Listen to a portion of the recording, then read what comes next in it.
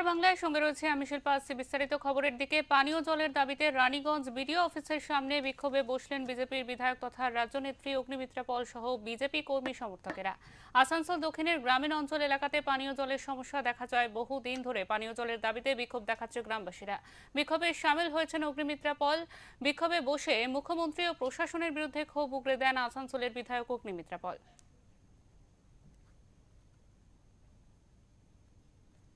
এই লড়াই আমাদের সাংবিধানিক অধিকারের লড়াই, এই লড়াই আমাদের বেঁচে থাকার লড়াই, এই আমাদের লড়াই, জলই জীবন, সেই জীবনকে রক্ষা করার লড়াই।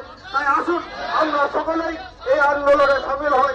জয় হিন্দ, বন্দে মাতরম, ভারত মাতা কি জয়। অসংখ্য ধন্যবাদ ওরা মূল্যবান বক্তব্য তুলে ধরার জন্য। এরপর পরবর্তী বক্তা হিসাবে আমাদের আসানসোল সাংগঠনিক জেলার জেলা কমিটির সদস্য তথা আমাদের আসানসোল দক্ষিণ মন্ডলের বরিষ্ঠ কার্যকর্তা মাননীয় পরশ বাড়ি মহাশয়কে বিশেষ অনুরোধ করব ওনার মূল্যবান বক্তব্য তুলে ধরার জন্য।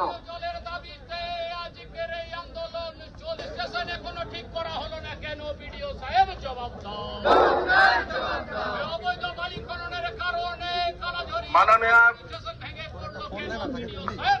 আমাদের বিধায়িকা অগ্নিমিত্রা দে, যাকে আমরা অগ্নিকন্যা বলে সম্বোধন দিই, আমাদের বরিষ্ঠ নেতা সভাপতি সিং মহাশয়, মন্ডল ভোরের সভাপতি পরিমল ভাই, আমাদের রানীগঞ্জ শামসের ভাই, এই সিন্ডিকেটের মাধ্যমে বালি তোলার জন্য সেখানে যে জলের ট্যাঙ্ক ছিল সেই ট্যাঙ্কটা নষ্ট হয়ে গেছে। সরকারের ওইসব দিক দিয়ে করেছে।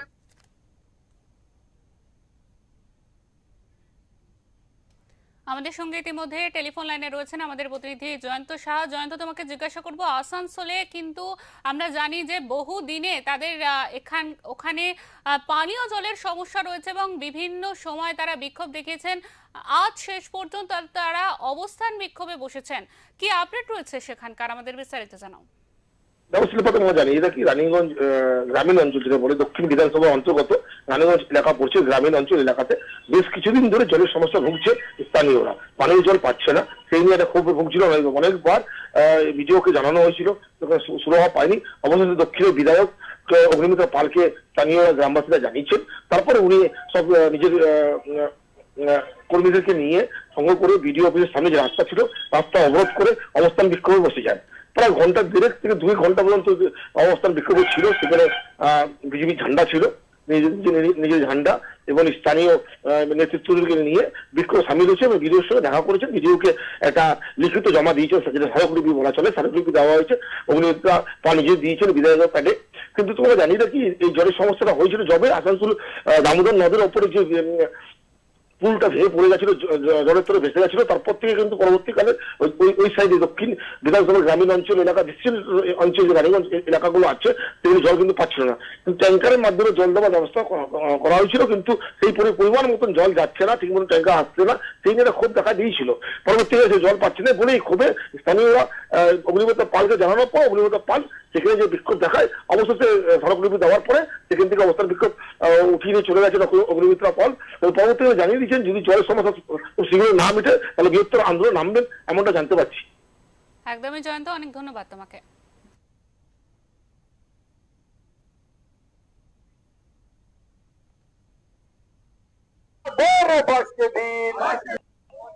দামোদরকে বালি চুরি করে করে শেষ করে দিয়েছে, দামোদর নদীকে শেষ করে দিয়েছে, বীজটা ভেঙে পড়লো। আজ অব্দি 7 মাস হয়ে গেছে মমতা ব্যানার্জি আপনার সরকার জল সাপ্লাই করতে শুরু করেনি, মেরামত করেনি। আজকে মানুষ তারা জল পাচ্ছে না। সারাদিনে 1 ঘটি জল, এক কলসি জল রান্নাতে ব্যবহার করব না, স্নান করব না, বাথরুমে ইউজ করব, মানুষ জানে না। 3 দিন বাদ কলে জল আসে, 3 দিন বাদ।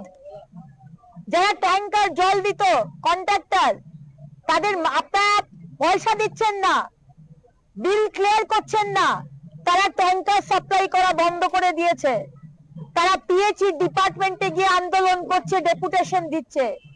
কি অবস্থা আপনার সরকারের! মমতা ব্যানার্জি আপনার সরকার দেউলিয়া